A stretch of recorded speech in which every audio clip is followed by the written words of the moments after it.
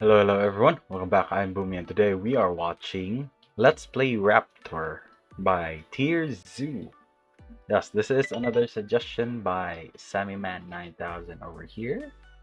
And yeah, I'm not sure which raptor this is referring to. Either it's the dinosaur or the birds, because I forgot to check the thumbnail before I played. I guess we'll know. Either raptors. I don't know much about them, so again, just as my usual TierZoo videos, I will treat this as an educational video. So I'm here to learn. So yeah, let's go ahead and learn together. So remember, if you like my reactions, don't forget to leave a like, let me know your thoughts on the video down in the comment section below, and consider subscribing. Also, don't forget to leave your suggestions on what I should check out next. That being said, let's go ahead and watch the video. This video was sponsored by CuriosityStream, and if you like it, there's a second one over on Nebula. More on that at the end of the video.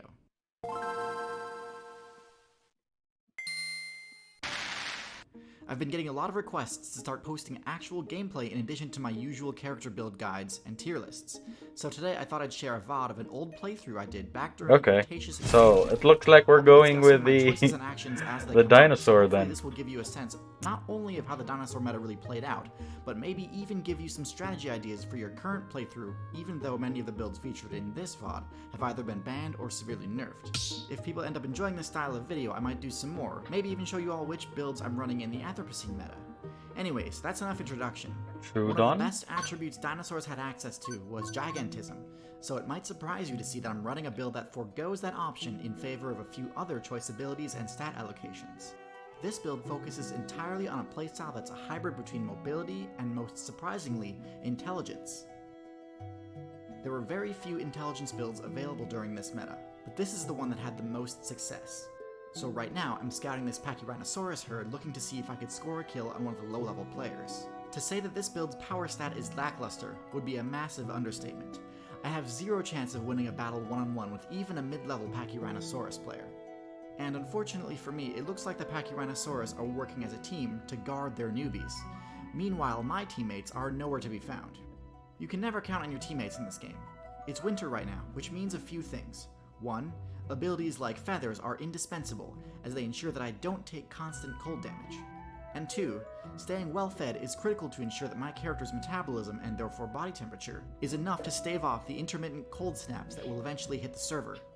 If I'm not well fed during those events, I'll take heavy damage, potentially even ending the game for me. So instead of hoping I'll get an opportunity to take down a small Pachyrhinosaurus, I'm gonna need to improvise, and this is where my character's high intelligence stat comes in. First, it grants me a scouting and foraging bonus. I forgot to check the stats earlier. I should probably have paused that one, but it's okay. Allowing me to scan and find loot that other players would miss. For example, in the forest biome, you need a pretty high intelligence level to successfully forage for insects. But for my character, finding insects is pretty easy. Now, I'm not trying to front like being able to catch bugs is some game-breaking ability. A single bug would hardly even fill my hunger gauge. However, what is a powerful ability is what I'm about to show you. Instead of consuming the bug and gaining its minimal benefits, I'm going to use it as bait. Oh, it's interesting. I just noticed that their hunger and dehydration are right here.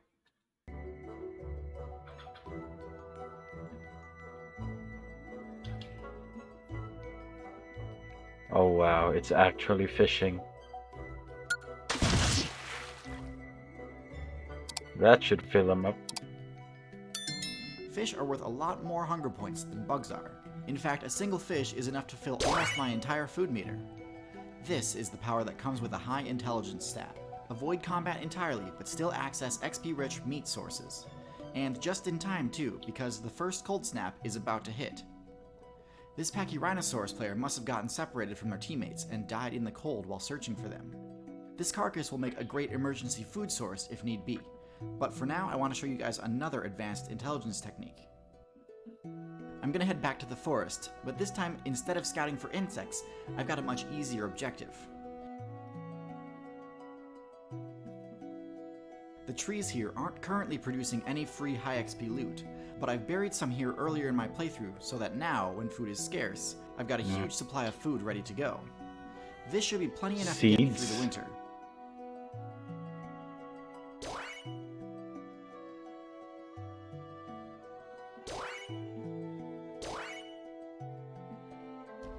I should probably run a surroundings check, just to make sure nobody is watching me to steal my secret Yeah? stash when I leave. That didn't detect it? Something that large and creepy? God damn. Looks like I'm all in the clear and... Oh shoot! Looks like this player's camouflage allowed them to pass through my surroundings check unnoticed. This is really not good. Camouflage, come on. It's so huge. It was so obvious. Even though I have a higher mobility, I definitely can't afford to burn all of my stamina in a long extended chase. Time to employ yet another intelligence-based technique to allow me to escape. Let me run a surroundings check and see if there are any potential environmental hazards nearby. Ah, perfect. My character is light enough to cross, but if this Tyrannosaur player doesn't have the intelligence level required to recognize the danger, he'll Weight walk check. right into my trap. Oh, it's thin ice. I just noticed that.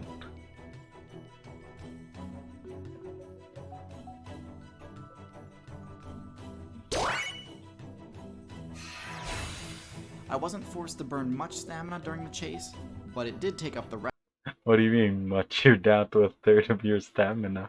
rest of my prep time. The cold snap is imminent, and I don't have any more time to forage before it hits. Let's hope I can make it.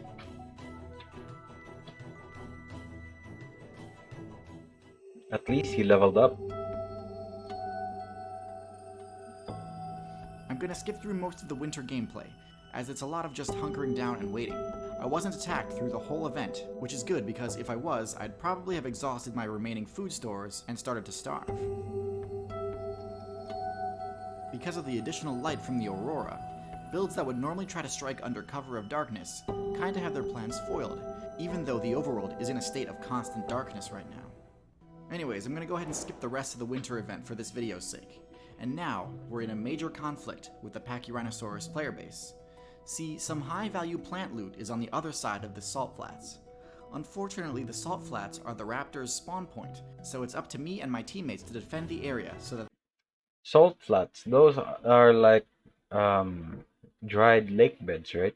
But instead of fresh water, they have salty seawater. the Pachyrhino herd doesn't trample it and deny us our respawns. The Pachyrhinosaurus build's horn could easily deal lethal damage to any Raptor player in a single hit. Meanwhile, it would take a concerted effort from several Raptor players to even deal a moderate amount of damage to a tank build like Damn, those horns are so big. One good swipe of that is GG. Pachyrhinosaurus. So to defend the salt flats, our only real option is intimidation. Pachyrhino's lower intelligence stat makes them more susceptible to diamatic displays, and because of their herd behavior, scaring away one of them should be enough to deter them all. Looks like that one's will save finally failed, meaning our spawn points are safe for now. Time to head back to the nest.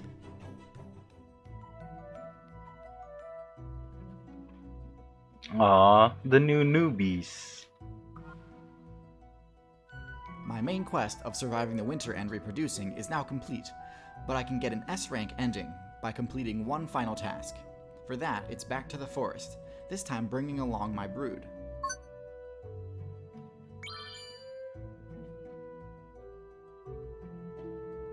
Once again, I can run an environment scan to detect enemies and potential loot locations. Okay, bingo. Looks like I found what I was looking for. You can probably guess where It's gonna teach fishing. this is going.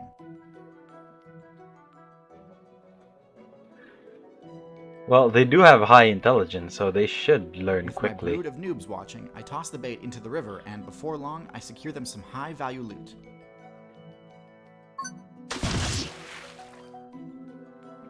Poor fishman.